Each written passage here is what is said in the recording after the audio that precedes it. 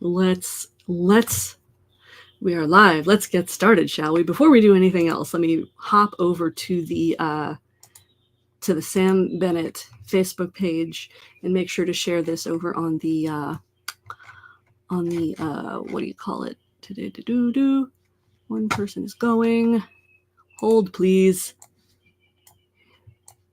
We want to make sure that the folks in the highly productive people Facebook group are also able to see this. There's my face. Now let's share this to a group. This is all the stuff that I do for Sam in the background. Helps to have help, which is part of what we're going to talk about today. All right, share to a group. Secrets of highly productive people. Post. All right. How is it going? Sorry for I'm a little glowy because I just got in from a walk with the dog, and it is hot in Los Angeles, which, like, I'm not gonna lie, we had a cold winter, so I'm kind of happy that it's a hot might be a hot summer. Hi Edith, thank you for being here. I didn't know if anyone was gonna show up for me. So let's do a couple of things first. Let's take care of a couple of very important things, which is to set this time apart from the other time with our breath. So just slow down for a second with me and do that 4-7-8 breathing count for yourself in your head as I do it along with you, so that I can do it myself and get settled into this moment. And we'll inhale.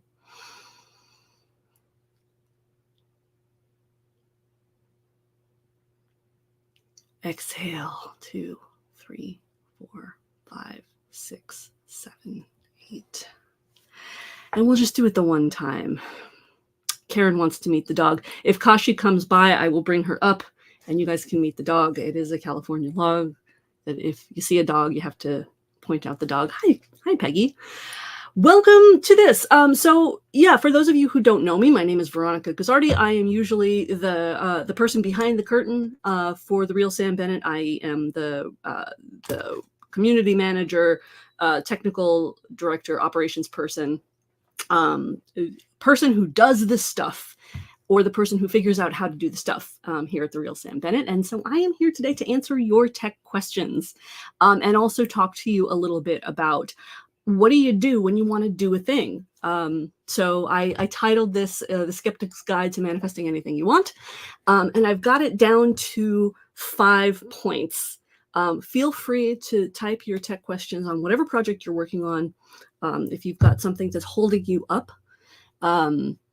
that will, I'll address those as we go along.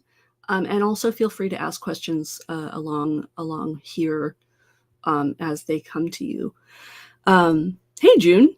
Yeah. So, some other housekeeping stuff. The official release date for Sam's new book, The 15-Minute Method, is June 18th. But we are getting reports that it is shipping now. So if you have not made your purchase, please feel free to do that. I don't have the banner up. That's surprising. So just go to Amazon or the online bookstore of your choice and search for The 15-Minute Method, Sam Bennett, and get your copy today. It's going to be a lot of fun. We're going to have an online launch party on the 22nd. For those of you who are on the launch team, I hope you join us there. Other fun facts: Sam's Soul Intuition Call is this Saturday. It is something that we've not tried before as an offering. It's something that Sam does occasionally, sort of as an avocation. But we're doing an experiment, so feel free to contact us if you haven't gotten the emails about that. We would love to see you there. So today, other people are reporting that the book is showing up in porches and mailboxes as we speak. So that's very exciting. I have not got my copy yet, so otherwise I would show it to you. I have developed this 5 point method for doing basically anything over a long period of time, and also sort of developed it into something that I can list off for folks through my work with Sam.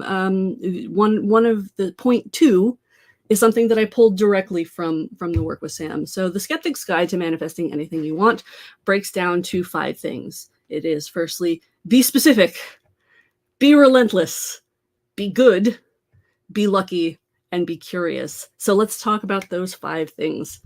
For those of you who have ever done any kind of productivity work, specificity is really important. So be specific about the thing that you want to do. Like if you want to type into the chat a project that you want to do that you have not gotten as far on as you would like to. For instance, I have a shop where I do illustrations and sell my work on stuff, and I'm always trying to get more traffic there. I get busy and I don't do it.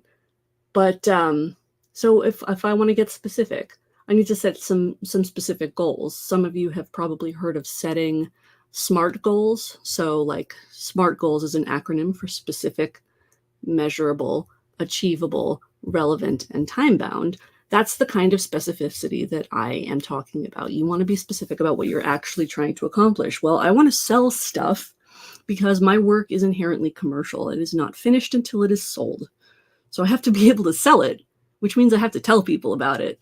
But like, what people, where are those people, how many sales, over how much time? Those are the sort of things that I need to be specific about. So that's one of the things. So like, if you want to sell your artwork online, yeah, Nettie says, I want to sell my songs I've recorded. Okay, cool. Who do you want to sell them to? Where do you want to sell them? If you don't know the answers to those things, those are questions that you're going to have to work out before you can actually get to the point of selling your thing. What is available to you to make those sales? Off the top of my head, I know that there's a service called CD Baby. It still exists. It's been around absolutely forever on the internet to self-publish CDs and records. You can also use that service, I think, to get on streaming platforms like Spotify and Apple Music. So just, from my many years on the internet, that would be the place to start. Who do you want to sell them to, though? If no one knows about your music, who's going to buy it? Well, that brings us right into point 2, which is be relentless. You have to be a relentless self-promoter.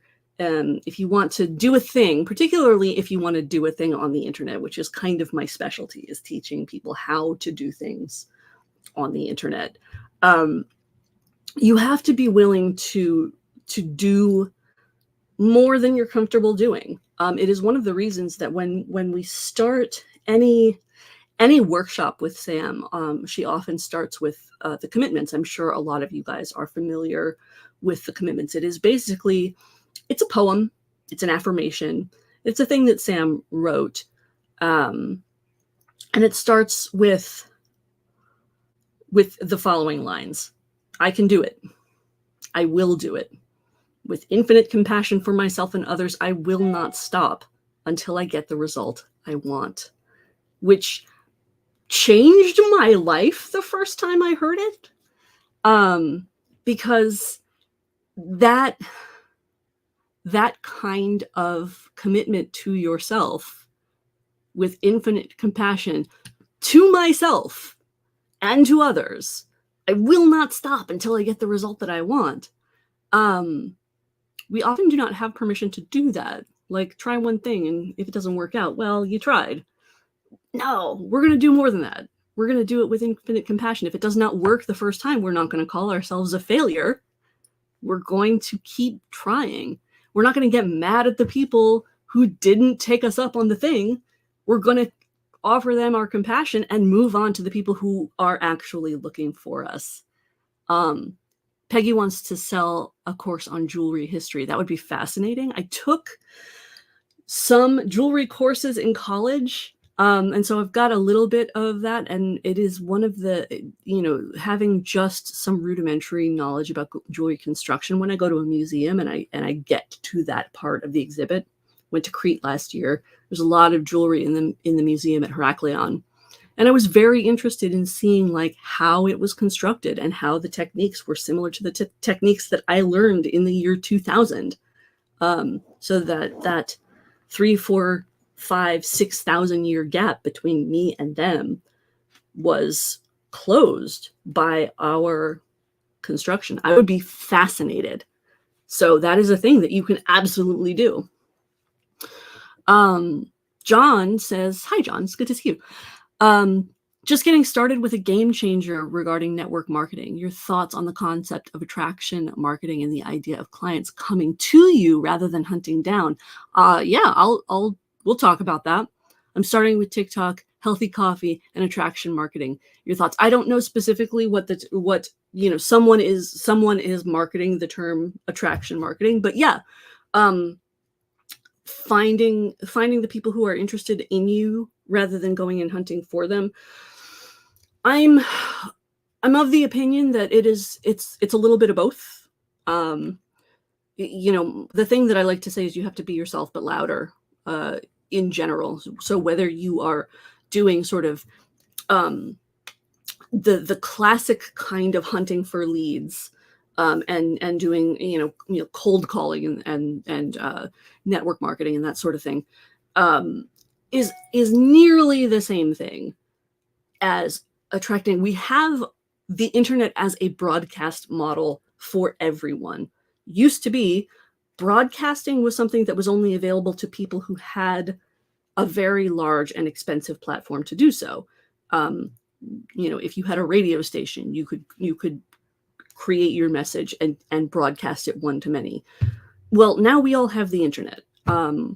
We've gotten away from blogging as a channel.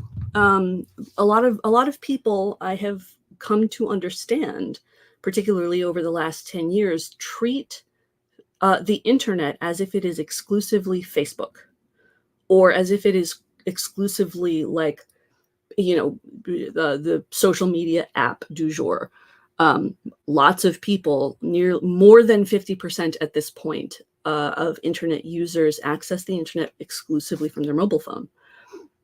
And that changes the way that we interact with the internet, but everybody's got a browser on their mobile phone. And after having this year watched the implosion of Twitter, last year, I don't remember when that happened. All of these social media platforms can be disappeared at any moment. And as always, I have been a major proponent of owning your own platform. You should plant your stake in the ground and have it be somewhere. Allows you to create a place that exists, that is yours, that is unchangeable. And the longevity of content on the internet is good for your page rank. So if you are you and you are talking about your stuff, the longer you are you and talking about your stuff, which is for your entire life, but if you do it in the same place on the internet, the more Google will float your stuff to the top. I have had I was on some other platform, some other community recently, and people were kind of having a little contest comparing who had the oldest domain name registered. And people were like, oh, I've had my domain since 2010. I've had my domain since 2007. And I'm like, man, I registered my first domain in March 31st, 2000. I've been on the internet for a long time. When I was in high school, I was interested in web design. I started when I was like 13, and it was something that I was very interested in, to the exclusion of homework. And so when I was in high school and AP tests came around, the way that I would study for them is I would make web pages about the content that I was supposed to be working with. So it allowed me to do both at the same time. It tickled both sides of my brain, and it helped me pass my APs. So I've been doing this for a while. and also, my domain name, my veronicagazzardi.com, which, like, don't go there. Well, you can go there. It's fine. It's been around for a long time. I am, of the 3 Veronica Gazzardis on the planet at this point, I'm the real one because I've got the domain. So yeah, those are my thoughts. Those are my long and rambling thoughts about attraction marketing. It is a thing that exists. It is a thing that you can do. It is aided by your being specific about who you are, what you're doing, and doing it well, which is point 3. So of my 5 points, be specific, be relentless, be good. You got to be good at the thing that you're trying to do, which also means that you have to be willing to seek feedback and strive for improvement. If that scares you, that's okay. It's okay to be scared. I tell this to my kids all the time, my scouts, particularly my young scouts, when they are new at something and they are afraid of messing up. It's not a big deal. You can always try it again. And if you don't do it now, you can do it again later. It took me like 5 tries to learn how to crochet. I don't know why I couldn't do it when I was a child. I guess I just didn't have the small motor skills. But I finally figured it out in college. And part of the way that I figured it out is because YouTube finally existed. So that is, one of the ways that you can get better, and one of the ways that you can learn how to do basically anything, is take advantage of the fact that the internet exists. Typing the phrase, how do I, whatever, into Google or into YouTube is life-changing in terms of what you have access to. John says, love that concept. The more we are our own true, authentic self, the more successful we can be. Well said, Veronica. Thanks. Thank you. Yeah, I like, just be yourself, but be louder about it. Reach more people, because, if you're going to attract people, you have to be as visible as possible in order for them to find you. So, I don't know that it's less work. You're, sort of the old model of like hunting for people is a sort of one-to-one prospect. The one-to-many prospect means that you have to be as visible as possible, which goes back to being relentless. So be specific about what you are trying to do and how you are trying to do it, and don't jump ship. If you're going to try a strategy, try it to its end. If it doesn't work in 3 weeks, you have not started yet. So that is something that you're going to have to work on and work through to its conclusion. You have to have enough data to be able to analyze your data. 1 or 2 hits on anything is not enough. So thinking about what you're doing and how you're doing it, and how long you're doing it, is a really important part of making your thing happen. June says, where can I find accurate, real, trustworthy reviews of new home office technology? So many junk reviews online and in stores. Consumer Reports is my favorite. It's been around forever. I know you've heard of it. You may need to subscribe to it for a minute, but that's probably your best bet. There are a couple of other places that I really enjoy. The New York Times owns a blog called Wirecutter, and I find those to be very reliable reviews. I would look on YouTube if you want to do, just one step away from hands-on demos. We have been doing a lot of research recently on big TVs. So we've been looking at the difference between different companies and what they offer and how their processors work. I've learned all kinds of stuff about OLED technology, which I'm interested in because the new iPad has an OLED screen. And I am very interested to know how that matters on a screen that's only 13 inches wide. So, but yeah, definitely Consumer Reports, Wirecutter. So here I am, I'm looking at things that have been around for a long time, and have, for being of record. New York Times is the newspaper of record for the United States, right? So Wirecutter, you can assume, is vetted and trustworthy. You may have to pay for it. The New York Times, access to Wirecutter requires a subscription, and so does Consumer Reports. That does lead me to remind you that you don't have to be on your own for any of this stuff. When I was in college, I went to a state school for studio art. Actually, my degree is in studio art, but I took a specialization in graphic design.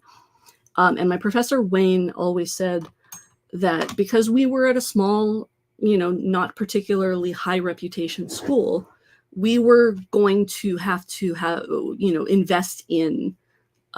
He called it sweat equity. We were going to have to, invest in building our network in a way that people who went to Otis or Art Center would not necessarily have to do, because their professors were already in the industry.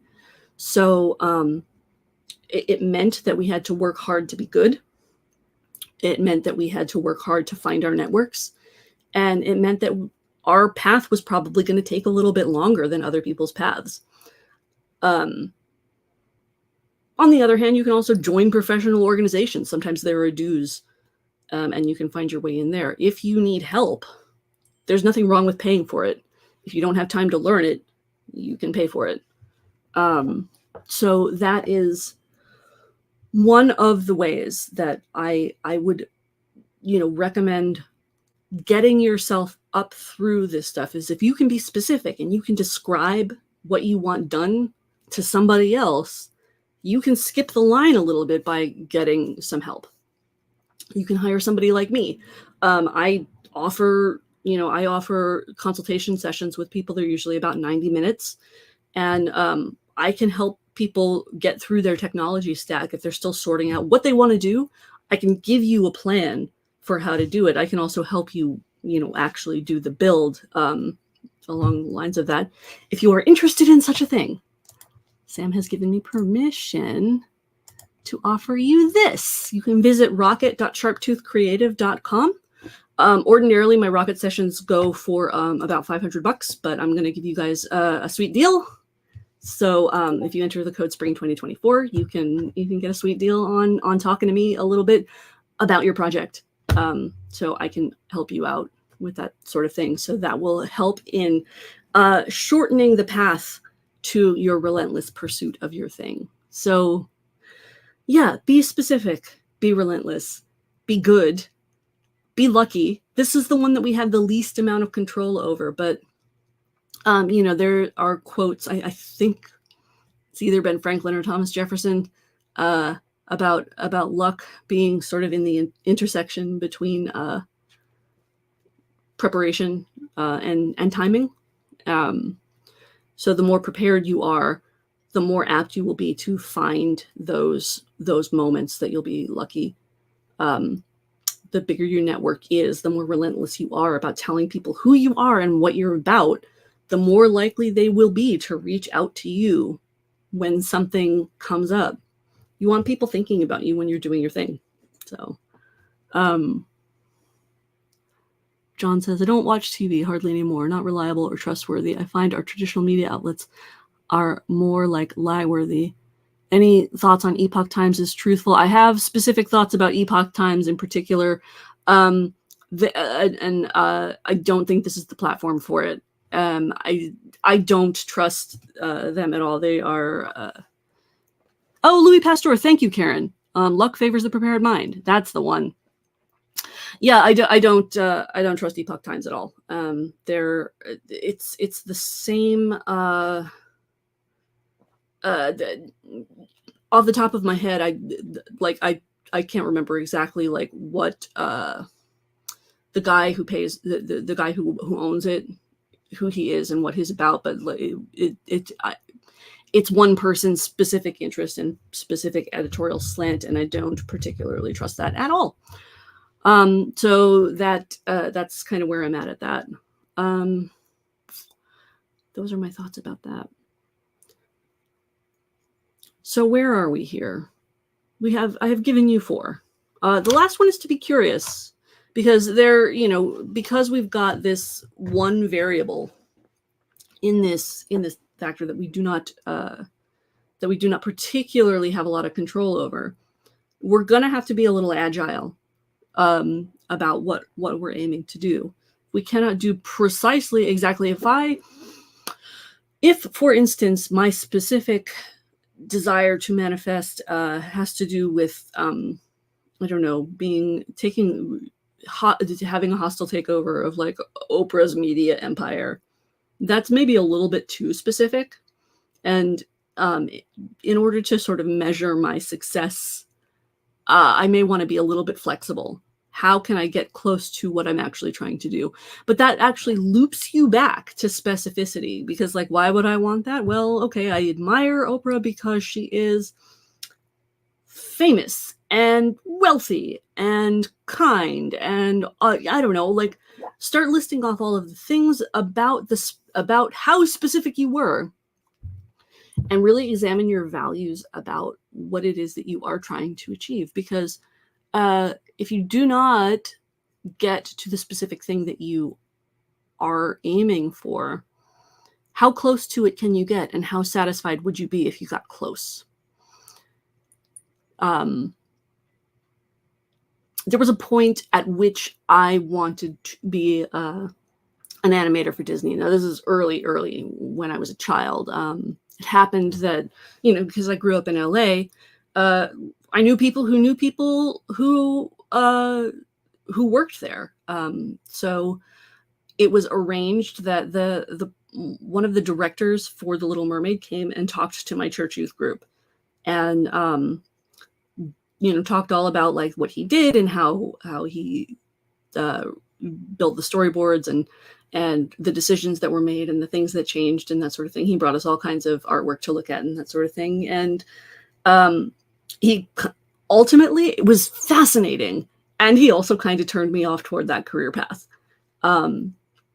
Because, what I really wanted was to tell good stories and draw well.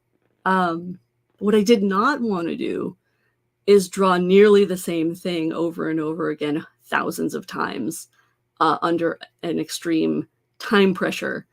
So I got curious about what else I could do and how else I could work. I still wanted to be commercially successful, which is how I ended up in commercial illustration. But I did it on my own terms. Turns out I don't even really like drawing for commission. I have done it a number of times, and it's a struggle for me. And also my anxiety gets in the way of doing it quickly. So it's not a good fit for me. But I wouldn't know that if I hadn't been curious about it, if I hadn't actually tried. Once I developed an audience, every now and then I'll still do it. I have a number of people, fans and patrons who are willing to pay for it. I have one in particular who's been unbelievably sweet, and has commissioned me a number of times, and they always overpay me because they always tell me I'm not charging enough, which is very kind. So that's really nice to have those relationships with some of my people. And that's taken years to develop, and it's only a few. There's I think it's Malcolm Gladwell who says that, or it might be Seth Godin, I forget. But anyway, like there's sort of an aphorism on the internet about having 1,500 true believers in your work should be able to net you about $100,000 a year. And I have maybe 10, and I've been doing this for quite some time. So it takes time, but I've also not been that relentless about it because I have spent rather a lot of time working for other people and not working on my specific project and not working on my audience building. So yeah, it's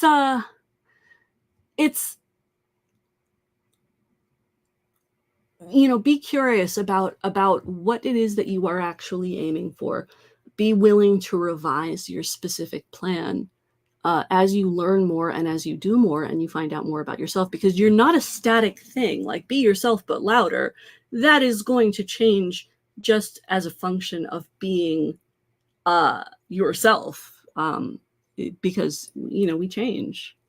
So Um, I'm gonna expand upon this. So if you guys have any questions about the 5 points, or if there's anything that you'd like me to clarify or refine, I would love to hear it. We're just about at the half hour, which is about the top end of what we want to do. I really appreciate you guys hanging out with me today. It always feels like a little bit of a risk to take over Sam's feed. She texted me this morning and she's like, "Hey, do you want to do a thing?" I was like, "I would love to do a thing." Um, and I know she's getting ready to do the hold please, let me get it up. She's getting ready to do the Soul Intuitive call this Saturday. If you want to get in on that, it should be a good time. She and I had given her some advice to rest, get herself fed and rested, and sort of psychically prepared to do that, so that she could be fully present there. So I think that's part of the reason that she asked me to do this today. So yeah. Oh, Nettie, thank you. Yeah. Nettie says this was valuable. I really appreciate you saying that. John says, appreciate you, Veronica, you and Sam and your team. Trustworthy. Thanks for this session. John, thank you so much for being here. And Karen, and I guess I don't know what's going on with Kashi. I was gonna introduce you guys to the pup. If you I'll post, if you join us in the Secrets of Highly Productive People Facebook group, I will post a picture of the puppy dog. She is adorable. So yeah. Anybody have? I know there's just a minute before you guys see this and I say this, but if you have anything else what needs saying or sharing before we part ways for the day, please speak now, or otherwise just leave it in the comments and I'll try to get back to you. I will also post some links to the rocket session, and once I've got the Skeptic's Guide, which is going to be sort of a big Venn diagram and a couple of worksheets to help you guys work your way through a thing, as I too am building my list, and I want to talk to the people who have the need to figure out a thing. I think that I might be able to help you do that. So let's take another breath and let's get on with it, shall we? Let's inhale, 2, 3, 4, hold, 2, 3, 4, 5, 6, 7. Exhale, 2, 3, 4, 5, 6, 7, 8. Thanks, everybody. Thank you for joining me. We will be back to our regularly scheduled SAM call next Thursday. I hope to see you on the internets.